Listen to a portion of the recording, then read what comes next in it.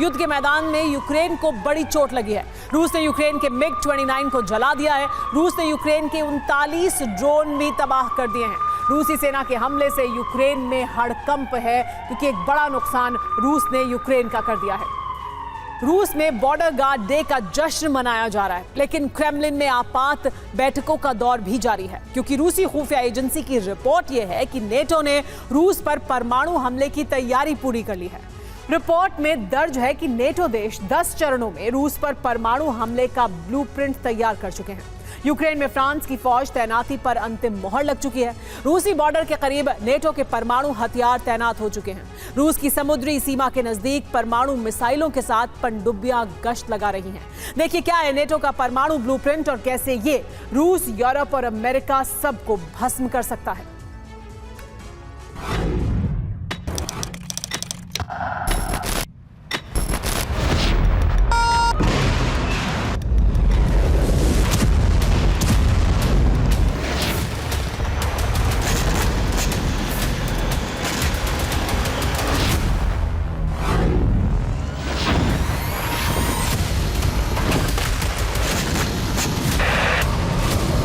Ukraine युद्ध के अंतिम अध्याय की तैयारी पूरी हो चुकी है।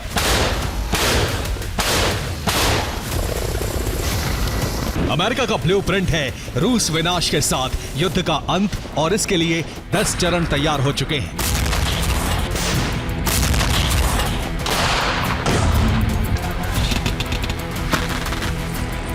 नेटो ने रूस पर परमाणु आक्रमण करने की तैयारी करीब करीब पूरी कर ली है। इस परमाणु युद्ध के 3 चेहरे हैं।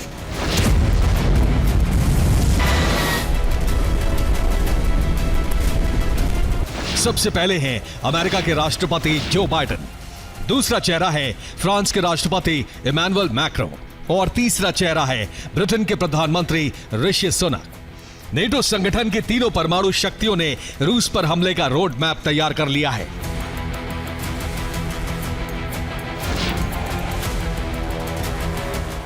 रूस की खुफिया एजेंसी FSB की सीक्रेट रिपोर्ट से इस बात की जानकारी मिली है। यह है रूस की खुफिया एजेंसी के first deputy director general Vladimir कुलिशोव।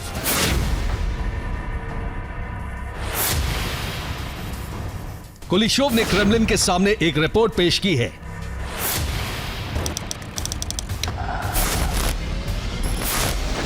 इस रिपोर्ट में लिखा है कि नेटो सेनाएं रूसी बॉर्डर के करीब परमाणु हमले का अभ्यास कर रही हैं। रूसी बॉर्डर के करीब नेटो का सैन्य सर्वेक्षण बहुत तेज हो गया है। नेटो सेनाओं की कॉम्बैट ट्रेनिंग 24 घंटे जारी है। रूसी जमीन पर हमले का युद्धाभ्यास किया जा रहा है। सीमा सुरक्षा, संप्रभुता पर सबसे गंभीर खतरा है। 28 मई को रूस में बॉर्डर गार्ड डे होता है, और इसी दिन सीमा सुरक्षा से जुड़ी खुफिया रिपोर्ट में यह जिक्र है कि रूस पर परमाणु हमले की तैयारी हो चुकी है।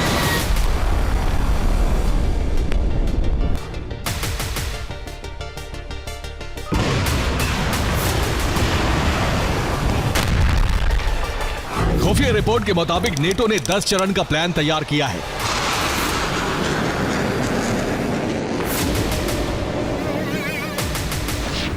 इसका पहला चरण यूक्रेन से शुरू हो रहा है।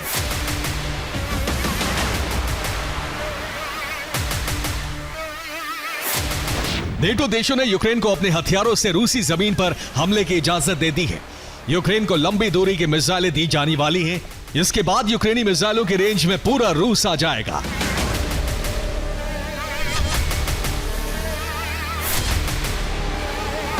अभी यूक्रेन लॉन्ग रेंज हमलों के लिए कामिकाज़े ड्रोन का इस्तेमाल कर रहा है,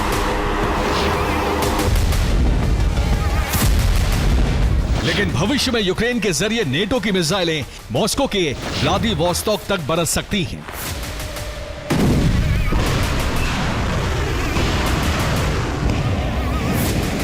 यूक्रेन से हमले कराने के बाद युद्ध भड़कते ही दूसरे, तीसरे और चौथे चरण में नेटो सेनाओं को युद्ध में उतारने का प्लान तैयार किया गया है।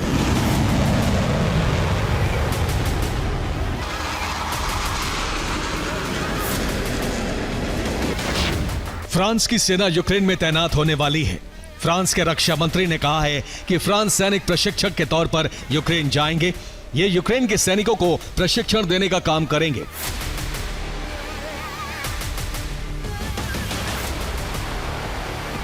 लेकिन प्लान सिर्फ यही नहीं है। तीसरे, चौथे और पांचवें चरण के युद्ध की तैयारी भी हो चुकी है, वो भी रूसी बॉर्डर के बिल्कुल करीब।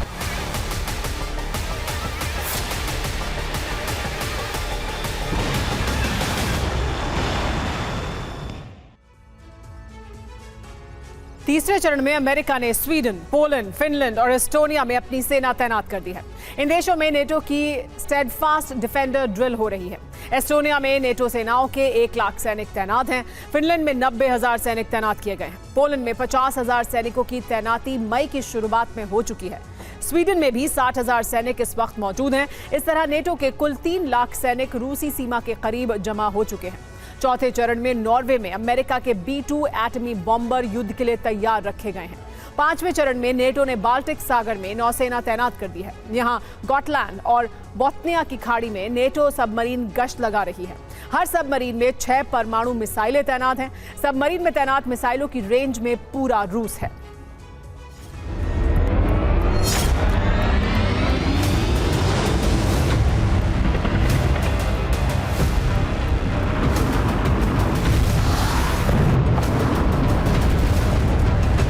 बाल्टिक से नॉर्डिक तक नेटो सेना पोजीशन ले चुकी है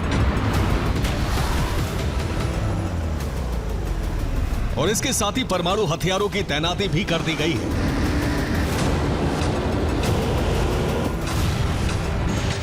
अमेरिका सहित फ्रांस और ब्रिटेन ने यूरोप में एटमी मिसाइलें पहुंचा दी हैं।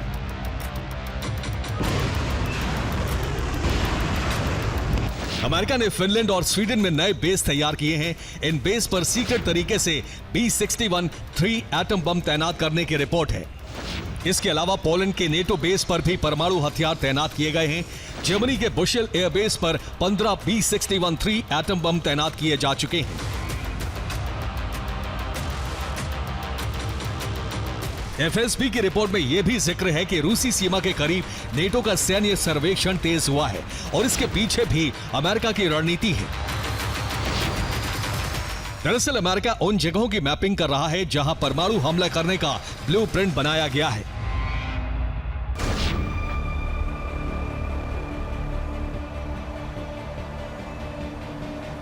नेटो ने परमाणु टारगेट भी लॉक कर दिए हैं। 28 मई को काला सागर तट पर बने पुतिन के महल पर हमला किया गया है।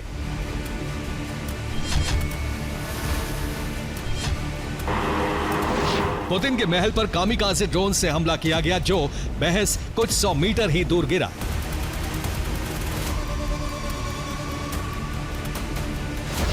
पेंटागन यह मानकर चल रहा है कि रूस पर परमाणु हमले के बाद पलटवार निश्चित है और इसीलिए न्यूक्लियर इमरजेंसी की तैयारियां हो रही हैं।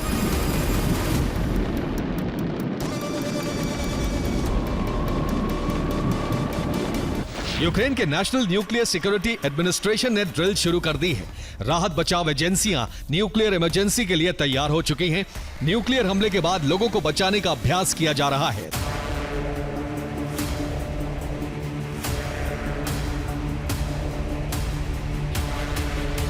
अमेरिका ने परमाणु हमले का ब्लूप्रिंट, टारगेट लॉक और इमरजेंसी गाइडलाइन तैयार कर ली है। अब नेटो देशों को भी वॉर प्लान में शामिल किया जा रहा है। नेटो संविधान के मुताबिक सभी सदस्यों को परमाणु हमले का ब्यौरा देना जरूरी है। खुफिया रिपोर्ट के मुताबिक पेंटागन इस प्रक्रिया को शुरू कर चुका है। नेटो देशों से सहमति मिलते ही रूस पर परमाणु हमले को ग्रीन सिग्नल मिल जाएगा और 10वां चरण होगा बाइडेन का एटमी कोड रिलीज करना।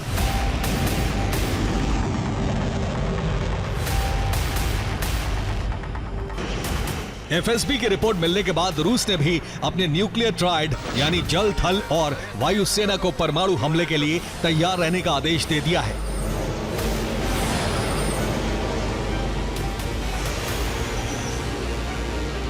अगर रूस पर परमाणु हमला होता है तो पलटवार निश्चित है। रूस के टारगेट पर पूरा यूरोप और अमेरिका होगा। Bureau report, TV9 Bharatvarsh.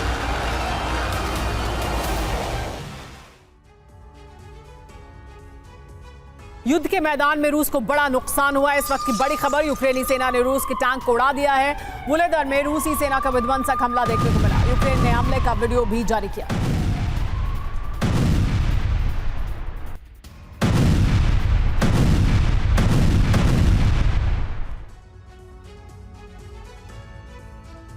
पश्चिमी देशों से यूक्रेन को जिन अटैक ड्रोन की सप्लाई हुई, मौजूदा वक्त में वही विस्फोटक ड्रोन रूस के काल बन चुके हैं।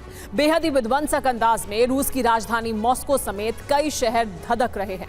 हैरान करने वाली बात यह है कि यूक्रेनी सेना रूस के 1800 किलोमीटर अंदर तक ड्रोन हमले को अंजाम दे रही है।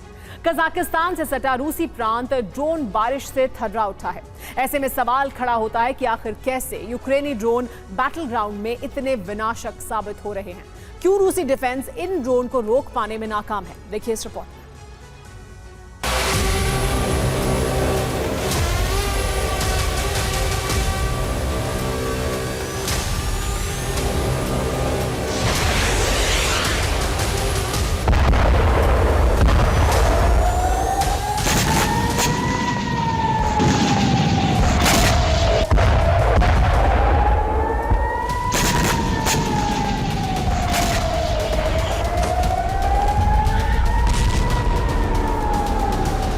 कहीं रडार सिस्टम तबाह हुआ तो कहीं गैस स्टेशन में बारूदी गुबार उठा, कहीं अनाज के गोदाम हमले में राख हुए तो कहीं रूसी ब्रिगेड का हथियार डिपो ताबड़तोड़ आसमानी प्रहार से ध्वस्त हो गया।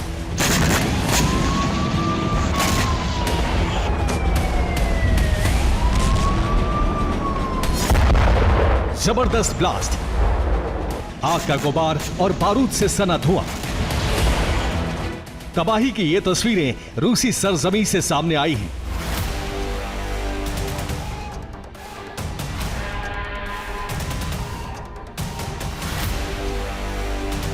जहां यूक्रेन के कामिकाज़े ड्रोन्स ने प्रचंड तांडव मचाया।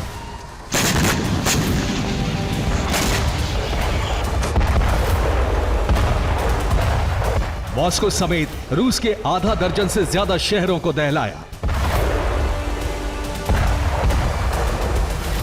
बीती रात यूक्रेन की विध्वंसक ड्रोन स्ट्राइक से जुड़ी जो जानकारी सामने आई है, उसके मुताबिक मॉस्को में एयरपोर्ट पर यूक्रेनी ड्रोन की स्ट्राइक, अजोव पोर्ट पर रूस का अनाज गोदाम ड्रोन हमले में राख, क्रास्नोदर में रूस के न्यूक्लियर सेंटर पर ड्रोन से प्रहार, ओराल में ड्रोन हमले में रूस का गैस स्टेशन तबाह, ओरेनबर्ग प्रांत में रूसी वोरोनिश M रडार सिस्टम ध्वस्त।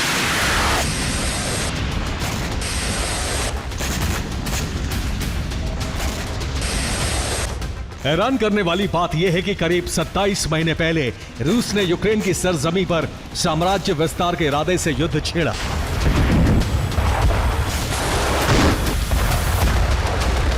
मगर आज की तारीख में रूस की जमीन पर ही युद्ध का विस्तार हो चुका है। राजधानी मॉस्को समेत पश्चिमी रूस का इलाका ड्रोन हमलों से धधक रहा है। गौर करने वाली बात यह भी है कि यूक्रेनी ब्रिगेड सिर्फ मॉस्को या फिर पश्चिमी रूस के इलाकों पर ड्रोन हमले नहीं कर रही, बल्कि बीती रात यूक्रेन के बारूदी उड़न दस्तों ने कीव से करीब 1800 किलोमीटर दूर रूस के ओरेनबर्ग प्रांत में रडार सिस्टम को ध्वस्त किया। रूस का ओरेनबर्ग प्रांत कजाकिस्तान के उत्तर पश्चिमी छोर पर मौजूद है।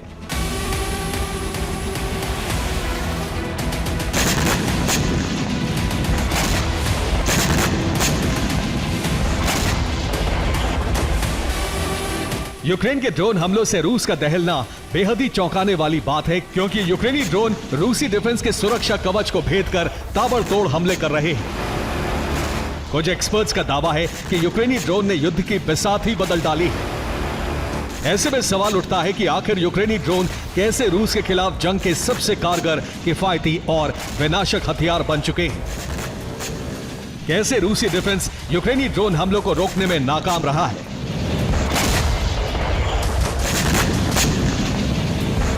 दरअसल 2022 से अब तक यूक्रेन ने ड्रोन विकसित करने और उनका इस्तेमाल करने में महारत हासिल कर ली है।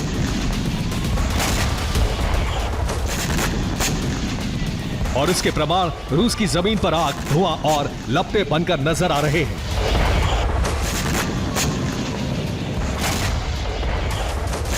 ऐसे में आप भी जानना चाह रहे होंगे कि यूक्रेन हमले के लिए किन ड्रोन का इस्तेमाल किया जा रहा है।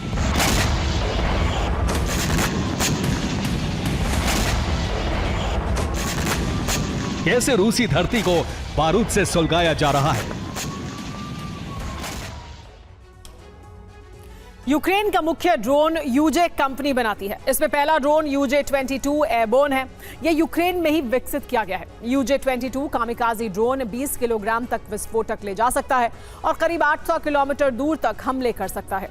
इसी सीरीज का दूसरा ड्रोन है यूजे-25 स्काईलाइन। इसे भी यूक्रेन में बनाया गया है।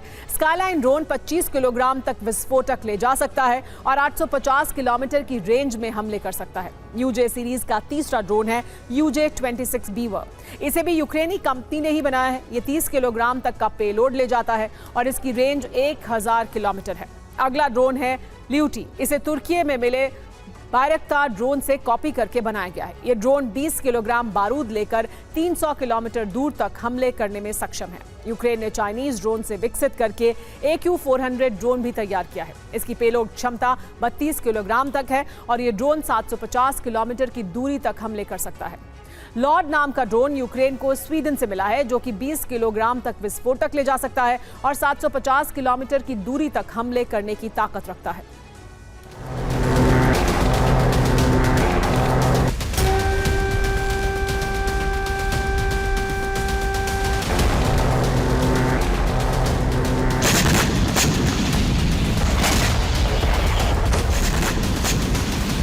मतलब ये कि इन्हीं विस्फोटक ड्रोन के जरिए यूक्रेन ने रूसी सेना के होश फाख्ता कर दिए हैं।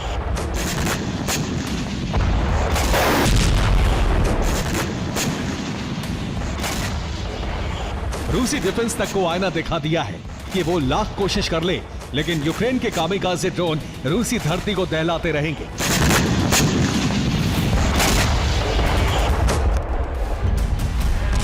तबाही मचाते रहेंगे।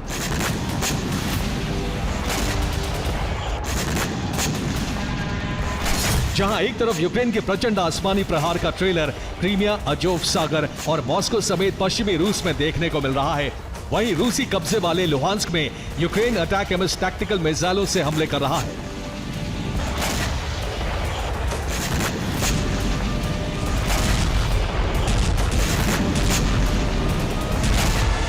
हालांकि रूसी ड्रोन स्ट्राइक का पलटवार करते हुए रूस ने खार्किव में जबरदस्त अटैक किया।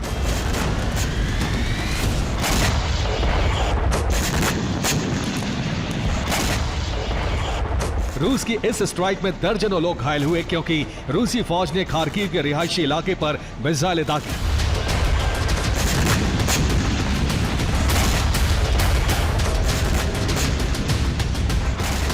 इतना ही नहीं, रूसी सेना ने खार्किव के एक और बड़े हिस्से को जीतने का दावा किया है।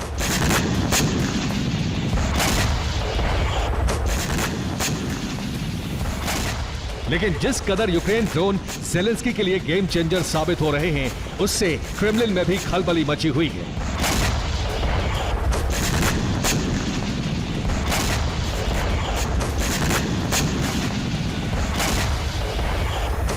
Bureau report, TV9 Bharatvarsh.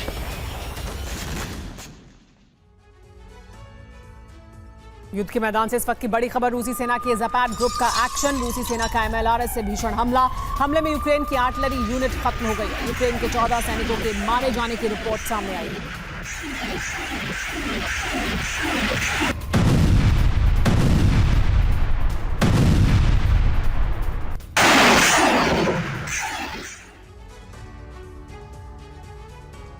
Gaza में इजराइल ने बारूद की ताकत दिखाई तो ईरानी प्रॉक्सी संगठनों ने भी इजराइल से बदला लिया। हूती ने लाल सागर से लेकर हिंद महासागर तक मिसाइल और ड्रोन से हमले किए। अमेरिका और इजराइल के 3 जहाज और 2 युद्धपोत को निशाना बनाया गया। एक साथ प्लान बनाकर किए गए इस हमले में हूती, हिजबुल्लाह और इस्लामिक रेजिस्टेंस ने एक समय में प्रहार किया। लेबनान से ताबड़तोड़ मिसाइल और रॉकेट की बरसात कर दी गई। इस्लामिक रेजिस्टेंस भी कामिकाजी ड्रोन से इजरायली बेस पर हमला कर रहा था। माना जा रहा है कि इजराइल पर हमलों की शुरुआत रूस के इशारे पर हुई है और रूस वैगनर फोर्स के जरिए प्रॉक्सी संगठनों को घातक हथियारों से लैस कर चुका है।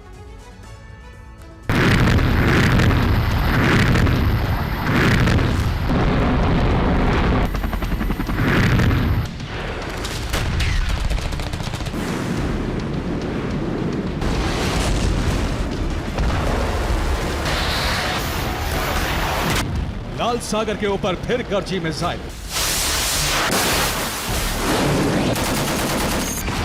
हिंद महासागर में भी ड्रोन और मिसाइलों से दहशत।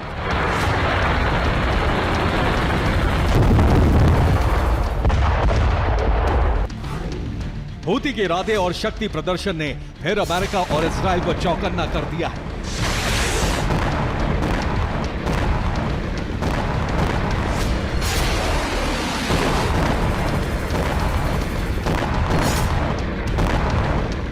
सिर्फ हूती ही नहीं बल्कि इराक और लेबनान से ईरानी प्रॉक्सी संगठनों के ताबड़तोड़ हमले हुए।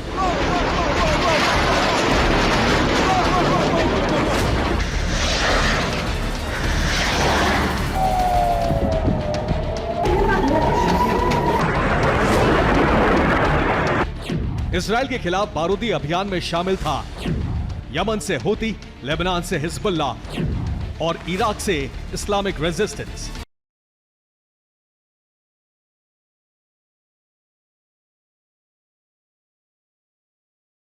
ईरानी प्रॉक्सी संगठनों ने साबित कर दिया कि गाजा में इजराइल के हमले की रफ्तार बढ़ते ही इजराइल को बारूदी प्रहार का सामना करना पड़ेगा।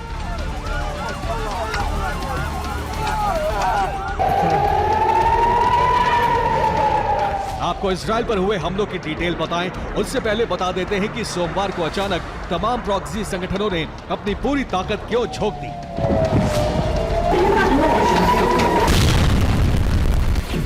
इजराइल के विमानों ने राफा में बमबारी की थी। राफा के शिविरों में बमबारी में 50 लोगों की मौत हो गई। उत्तरी गाजा के कई इलाकों में भी बम गिराए गए।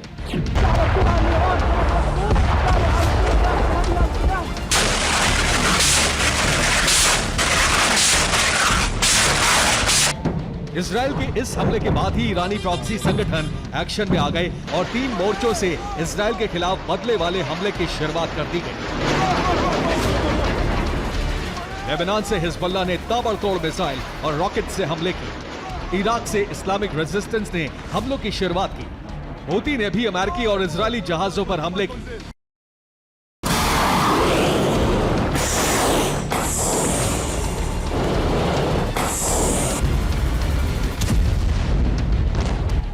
ईरानी प्रॉक्सी संगठनों के हमले कामयाब भी रहे क्योंकि अब इन संगठनों तक घातक हथियार पहुंच चुके हैं।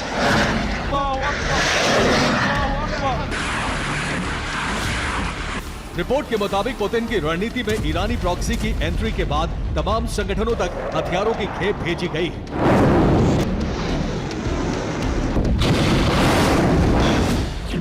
रिपोर्ट में दावा है कि रूसी वैगनर फोर्स ईरानी प्रॉक्सी संगठनों के संपर्क में है।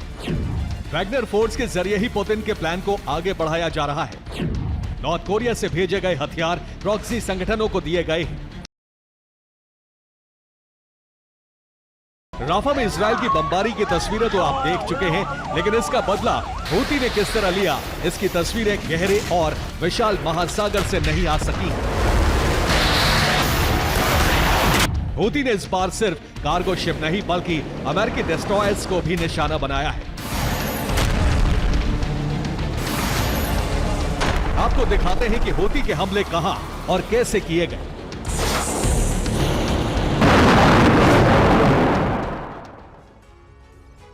हूती का पहला हमला हिंद महासागर में हुआ। यहां अमेरिकी कार्गो शिप लारेगो डेजर्ट पर मिसाइल से हमला किया गया।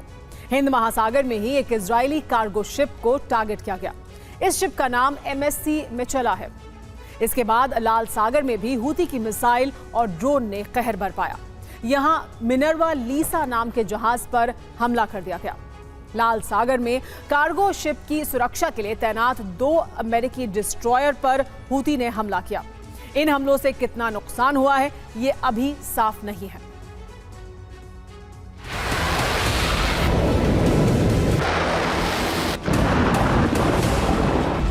समुद्र से हूती के हमलों की जानकारी तेल अवीव और पेंटागन तक पहुंच रही थी।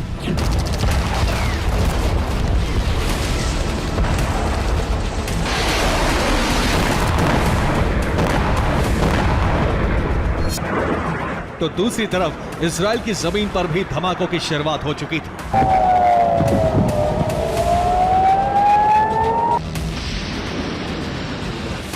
इस्लामिक रेजिस्टेंस ने यह वीडियो जारी किया है। इसमें एक के बाद एक 3 कामिकाज़े ड्रोन लॉन्च होते हैं।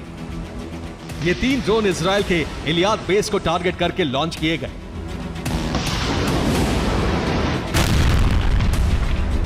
दावा है कि इलियात में इजरायली बेस पर इन हमलों से बड़ा नुकसान हुआ है।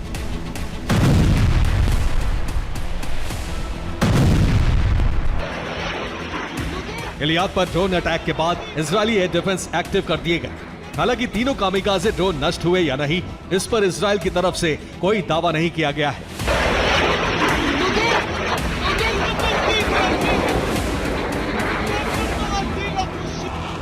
लेबनान से हिजबुल्लाह ने भी इजरायली शहरों पर पूरी ताकत से हमला किया। एक बार में इतने रॉकेट और मिसाइलें दाग दी गईं कि उसे रोक पाना आयरन डोम की क्षमता से बाहर हो गया।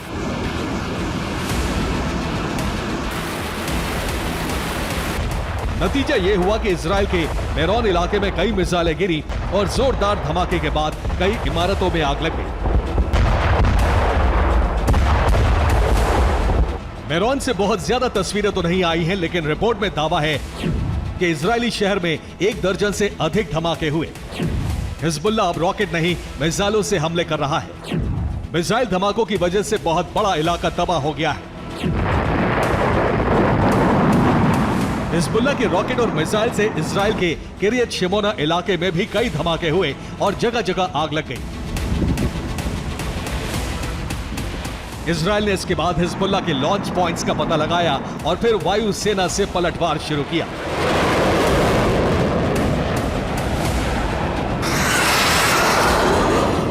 हिजबुल्लाह के हमले का बदला लेने के लिए इजराइल से फिर कई फाइटर जेट ने टेक ऑफ किया और फिर लेबनान में कई बम धमाके हुए।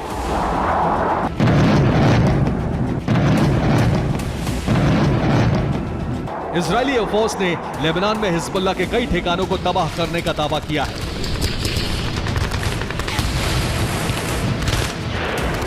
गाजा में हमास के ठिकानों से नॉर्थ कोरिया के हथियार मिलने के बाद यह साफ हो गया था कि पुतिन प्रॉक्सी संगठनों को पूरी मदद कर रहे हैं। इजराइल के खिलाफ प्रॉक्सी संगठन ने उस वक्त हमले की शुरुआत की है जब अमेरिका ताइवान के फ्रंट पर उलझने लगा है। खार्किव पर हमले ने भी अमेरिका की फिक्र बढ़ा दी है। अमेरिका इजराइल को हथियारों की सप्लाई नहीं कर रहा है। माना जा रहा है कि अमेरिका पर प्रेशर बढ़ाने के लिए ही रूस के इशारे पर प्रॉक्सी संगठनों ने हमले की शुरुआत की है। सिर्फ पुतिन ने नहीं, प्रॉक्सी संगठनों को चीन से भी मदद मिल रही है। सीरिया में वैगनर ग्रुप के जरिए हथियार पहुंच रहे हैं, तो वहीं हिजबुल्लाह को चीन के हथियार दिए गए हैं। अब अमेरिका एक बार फिर हूती के खिलाफ बड़े एक्शन की तैयारी में है और माना जा रहा है कि यमन में फिर हवाई हमले का दौर शुरू हो सकता है। दूसरी तरफ लेबनान में भी इजराइल हमले तेज कर सकता है। Bureau report, TV9 Bharat.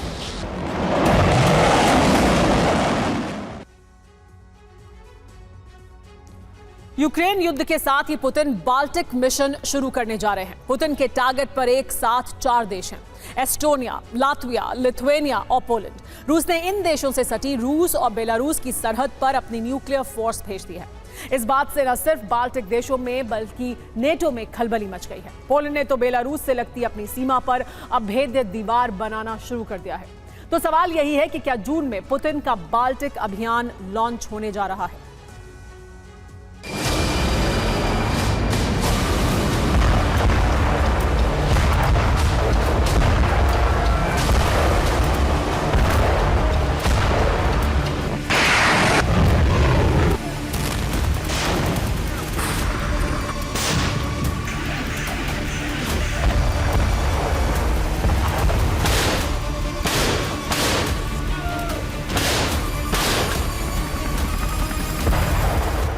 Ukraine युद्ध का विस्तार होने जा रहा है।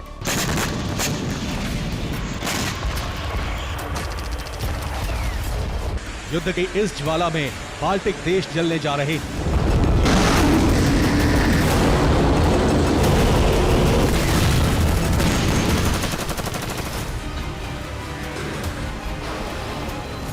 रूसी सेना 1 जून को बाल्टिक पर आक्रमण कर सकती है।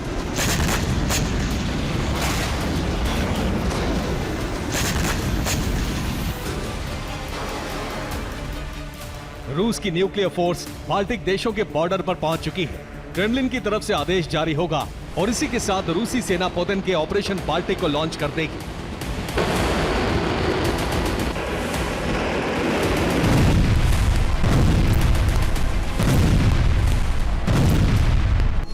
पुतिन की टारगेट पर एस्टोनिया, लातविया और लिथुआनिया है। ये तीनों देश सोवियत संघ से अलग होकर नेटो में शामिल हो गए थे। अब पुतिन इन तीनों देशों का फिर से रूस में विलय कराना चाहते हैं। रूसी सेना एस्टोनिया के नर्वा, लातविया के डौगावपिल्स और लिथुआनिया के क्लाइपेदा शहर पर हमला करने वाली है। सबसे पहले तीनों देशों के इन तीनों शहरों पर हमला होगा। इसके बाद तीनों बाल्टिक देशों पर कब्जे का अभियान शुरू हो सकता है।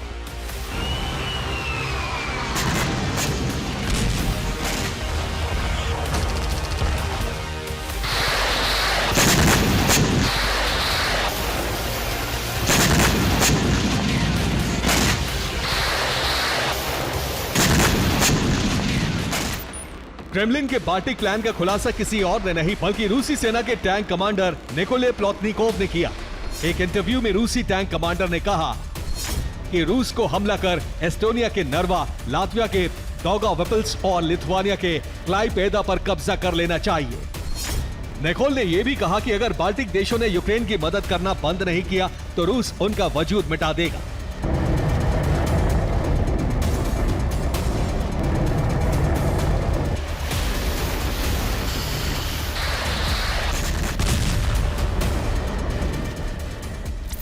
इस धमकी और रूस के बाल्टिक प्लान का खुलासा हुआ तो एस्टोनिया, लातविया और लिथुआनिया के साथ साथ पोलैंड भी दहशत से भर गया। एस्टोनिया के प्रधानमंत्री ने रूस को एक बार फिर सख्त चेतावनी जारी कर दी है।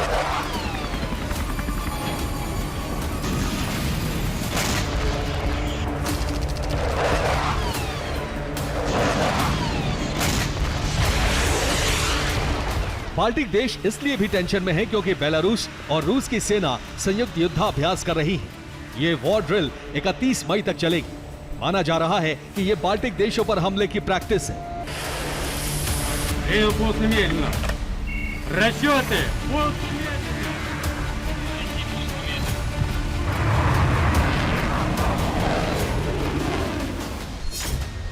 इतना ही नहीं, बाल्टिक देशों से लगती अपनी सीमा पर रूस ने न्यूक्लियर फोर्स तैनात कर दी है। सूत्रों के मुताबिक पुतिन के न्यूक्लियर फोर्स एटमी हमले की प्लानिंग कर रही है। वहीं रूस ने बेलारूस फ्रंट को भी एक्टिव कर दिया है। बेलारूस से लगती पोलैंड, लातविया और लिथुआनिया की सीमा पर भी परमाणु सेना तैनात कर दी गई है। रूस के इस कदम से पोलैंड में हड़कंप मच गया है। पोलैंड अपनी सुरक्षा के लिए न सिर्फ सेना को मजबूत बना रहा है बल्कि बेलारूस से लगती अपनी सीमा को भी अभेद्य बनाने जा रहा है। इसके लिए पोलैंड बेलारूस से लगती सीमा पर ऊंची दीवार बनाने जा रहा है।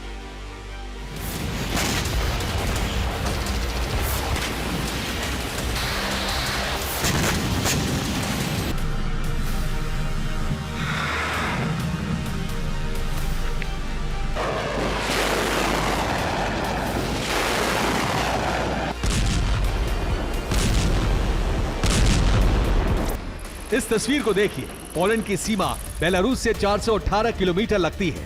पोलैंड अपनी सरहद पर इसी तरह से बड़े और ऊंचे पत्थरों की दीवार बना रहा है ताकि रूस और बेलारूस की तरफ से किसी भी घुसपैठ को रोका जा सके। इसके लिए पोलैंड 20,000 करोड़ रुपए खर्च कर रहा है। पोलैंड ने इसे ईस्टर्न शील्ड प्रोग्राम नाम दिया है, जिसे तेजी से अंजाम तक पहुंचाया जा रहा है। इतना ही नहीं, पोलैंड ने अमेरिका से F-16 से फायर की जाने वाली लंबी दूरी के जैस्म क्रूज मिसाइल की खेप मंगवा ली है। जैस्म मिसाइल की रेंज 1000 किलोमीटर है, यानी ये 1000 किलोमीटर दूर मौजूद टारगेट को सटीकता से तबाह कर देती है।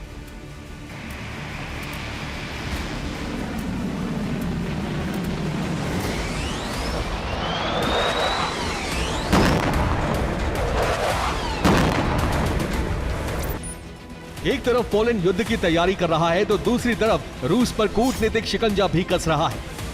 पोलैंड में अब रूसी राजनयिक नहीं आ सकेंगे। पोलैंड ने इसकी रोक लगा दी है। जवाब में रूस भी पोलैंड के खिलाफ ऐसा ही एक्शन लेने जा रहा है।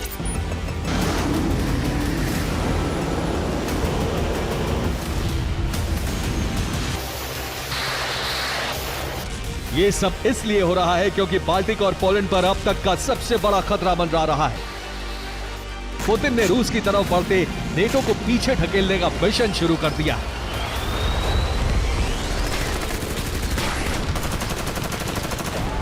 Bureau report, TV9 Bharatvarsh.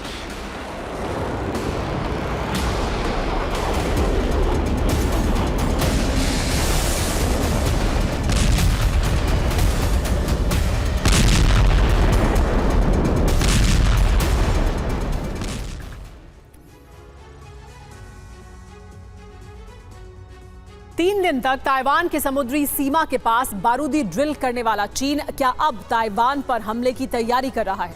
क्या ड्रैगन की फौज ताइवान की समुद्री सीमा में घुसपैठ कर मिलिट्री ऑपरेशन का आगाज करेगी? क्या जिनपिंग की सेना ताइवान के खिलाफ गुरिल्ला युद्ध लड़ेगी? क्योंकि अब ब्लू वॉर जोन से यह खबर सामने आ रही है कि ताइवान पर अटैक के लिए बीजिंग ने बोट बटालियन तैयार की है, जो किसी भी वक्त ताइवान पर धावा बोल सकती है।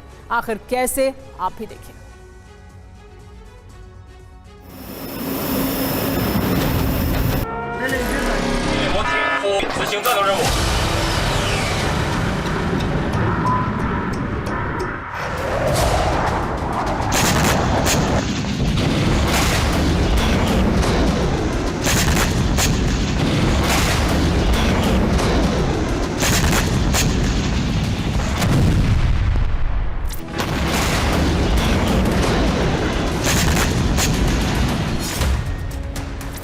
पहले चीन की सेना ने ताइवान की घेराबंदी की, ताइवान के चारों तरफ जंगी बेड़े और युद्धपोत तैनात किए और उसके बाद 3 दिनों तक ताइवान की समुद्री सीमा और उसके आसपास के इलाके में जॉइंट मिलिट्री ड्रिल को अंजाम दिया।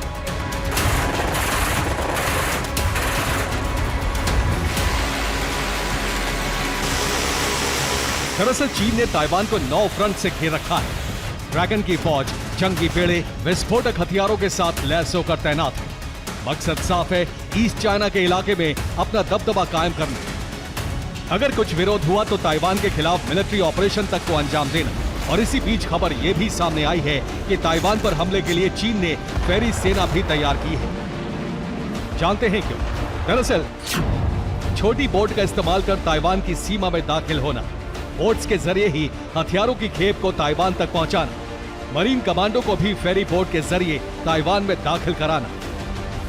लाल सुल्तान ने ताइवान हड़प अभियान को युद्ध स्तर पर अंजाम देने के लिए ये तैयारी शुरू की है और इसके पीछे की खास वजह है ताइवान का मल्टी लेयर्ड सी डिफेंस। मल्टी लेयर सी डिफेंस से चाइना की फ्लीट पर नजर रखने को लेकर भी ताइवान की बड़ी तैयारी है। और इस बीच आप देखिए किस तरीके से हम जानते हैं कि ताइवान चारों तरफ से समुद्र से घिरा हुआ है और महत्वपूर्ण यह है कि ताइवान के इलाकों में भी एक सीरीज है अलग अलग आइलैंड्स की और इन्हीं में से कुछ चीन के बेहद नजदीक हैं। हालांकि निगरानी रखने के लिए जो इक्विपमेंट्स लगाए गए हैं वो चीन के तटों से चलने वाले फ्लीट्स या उनके बेड़े के बारे में पहले ही इंडिकेट कर देते हैं। और ताइवान की ये सेना की कोशिश है कि मल्टीलेयर सी डिफेंस के जरिए ही उसको करारा जवाब दिया जा सके। हालांकि यहाँ पर आपको बता दें कि मुश्किल होगा हर लिहाज से ताइवान की उस समुद्री माइंस, फास्ट अटैक क्राफ्ट और मिसाइल असॉल्ट बोट के साथ लैंड बेस्ड नौसैनिकों का सामना करना, क्योंकि यही एक स्थिति है जो ये हमें बता पा रही है कि आखिर चीन का मुकाबला करने के लिए ताइवान किस स्तर पर तैयारी कर चुका है और किस तरीके से ताइवान इसी तैयारी के तहत चीन के लिए भी मुश्किलें खड़ी कर सकता है। दरअसल चीन जैसी ताकतवर फौज के खतरे को देखते हुए ताइवान ने अपने समुद्री इलाकों को किसी भी अभेद्य किले में तब्दील कर रखा है। दरअसल ताइवान चारों तरफ समुद्र से घिरा है।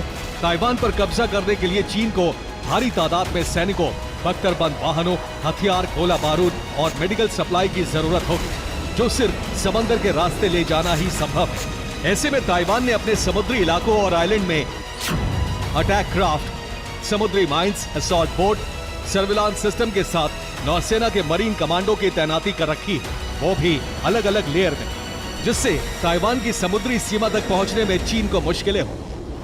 इस मल्टी लेयर्ड सी डिफेंस सिस्टम से ताइवान की सेना को काफी मदद और वक्त मिलेगा और इस युद्ध नीति से चीनी नौसेना आसानी से आगे भी नहीं बढ़ पाएगी। लिहाजा इसी युद्ध नीति का पलटवार करने के लिए ड्रैगन ने फेरी सेना तैयार की है, जो पहले तो ताइवान के सुरक्षा घेरे में सेंध लगाएगी और इसके बाद ताइवान की सीमा में दाखिल होकर बारूदी कोहराम मचाएगी। Bureau report, TV9 Bharat.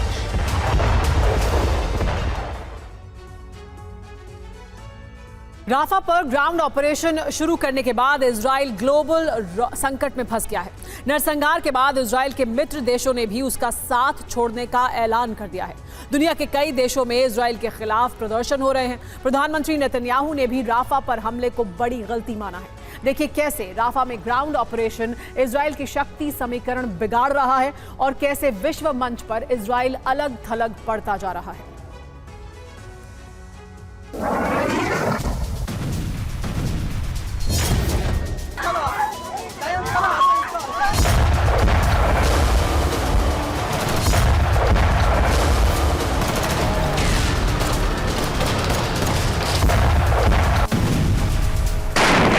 Gaza पट्टी पर एक छोटा सा इलाका राफा अब इजराइल के लिए संकट बन गया है।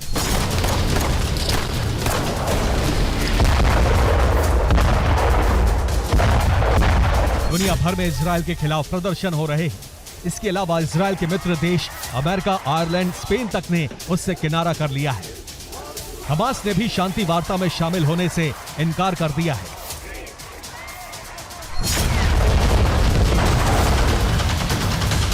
26-27 मई को इजराइल ने गाजा में ग्राउंड ऑपरेशन शुरू किया। इसके साथ ही हवाई हमले किए गए। अब राफा की इमारतों के मलबे से निर्दोष फिलिस्तीनियों की लाशें निकाली जा रही हैं।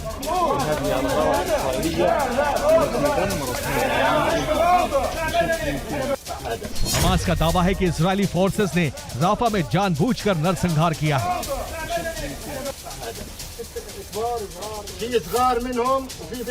हमास के ठिकाने पर हमला करने के बाद भी आईडीएफ के जवान नहीं रुके। राफा पर हमले के दौरान एक वीडियो शूट किया गया जिसे हमास ने जारी किया। वेस्ट राफा में पहले इजराइल ने ड्रोन से सैन्य सर्वेक्षण किया और इसके बाद हवाई हमले, लेकिन सैन्य सर्वेक्षण के दौरान भी आईडीएफ के जवानों ने गोलीबारी की। राफा पर हमले के दौरान कुवैती अस्पताल के पास इजराइल के हमले से एक पत्रकार की मौत भी हो गई। ये उसी हमले का वीडियो है। धमाके वाली जगह से कुछ दूरी पर पत्रकार थे और धमाके के बाद स्प्लिंटर्स के चपेट में आने से एक पत्रकार की मौत हो गई और कई जख्मी हो गए।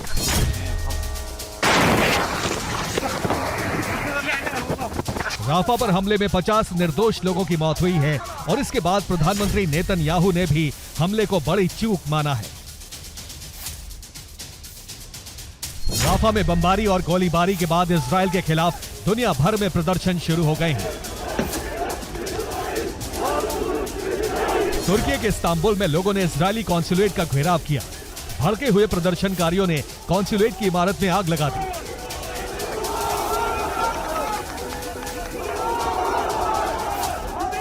फ्रांस की राजधानी पेरिस में भी प्रदर्शनकारी इकट्ठा हुए और इजराइल के खिलाफ नारेबाजी की।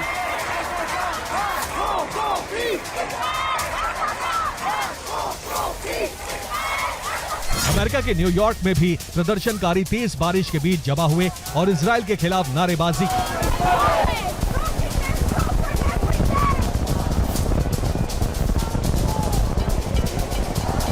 इजराइल के मित्र देश भी राफा राहत कैंप पर हमले के बाद उसकी आलोचना कर रहे हैं। अमेरिका ने कहा है कि हमास के खिलाफ जंग ठीक है, लेकिन नागरिकों की सुरक्षा का ध्यान रखने में इजराइल असफल रहा है। यूएन ने कहा है कि राफा से इजराइल का आतंक खत्म होना चाहिए। आयरलैंड ने कहा है कि इजराइल आईसीजे का आदेश नहीं मान रहा है, हम उस पर प्रतिबंध लगा सकते हैं।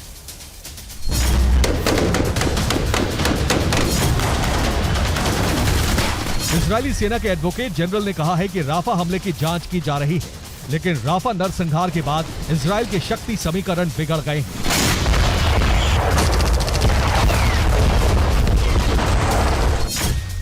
इजरायली खेमे के देश आयरलैंड, स्पेन और नॉर्वे फिलिस्तीन को मान्यता देने का ऐलान कर चुके हैं। 28 मई को इन देशों की सरकारों ने आधिकारिक तौर पर फिलिस्तीन को मान्यता दे दी है।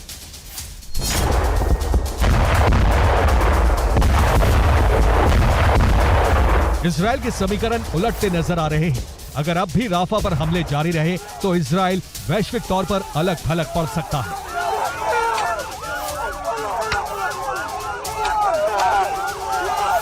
Bureau report, TV9, Bharatvarsh.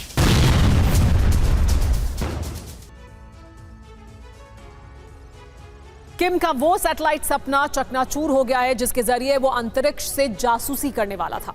Pyongyang ने रूस की मदद से अंतरिक्ष में जासूसी सैटेलाइट लॉन्च किया, लेकिन ये सैटेलाइट अंतरिक्ष में पहुंचने की बजाय जलकर समुद्र में दफन हो गया।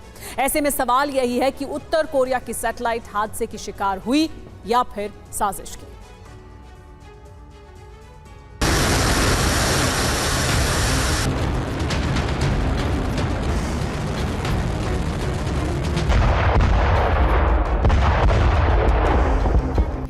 और इस तरह उत्तर कोरिया को उसके शासक किम जोंग उन को बहुत बड़ी नाकामी मिल गई, बहुत बड़ा झटका पहुंच गया।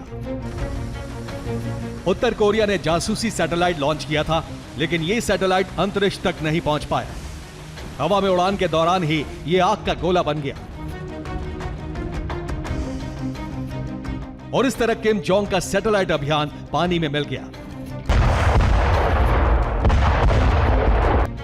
उत्तर कोरिया के मुताबिक सैटेलाइट पहले चरण के तहत ही ऊपर जा रहा था, तभी रॉकेट का इंजन खराब हो गया। इसके बाद रॉकेट में आग लग गई और फिर जोरदार धमाका हो गया। जलता सैटेलाइट इस तरह से समुद्र में जाकर गिरा।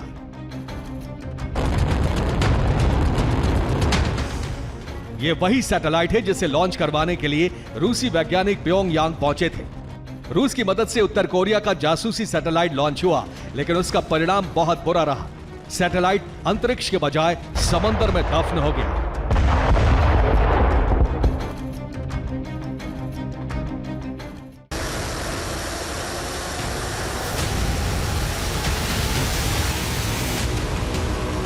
उत्तर कोरिया का कहना है कि सैटेलाइट इंजन में आई खराबी की वजह से फेल हुआ, लेकिन यहां सवाल यह है कि क्या नॉर्थ कोरिया का सैटेलाइट खुद ही फेल हुआ या उससे फेल करवाया गया।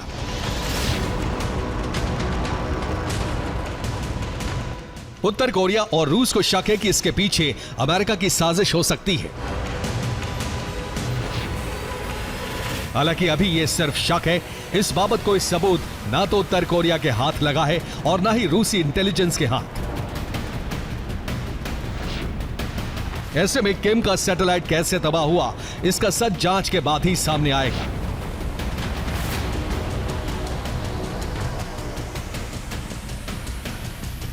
Bureau report, TV9 Bharatvarsh.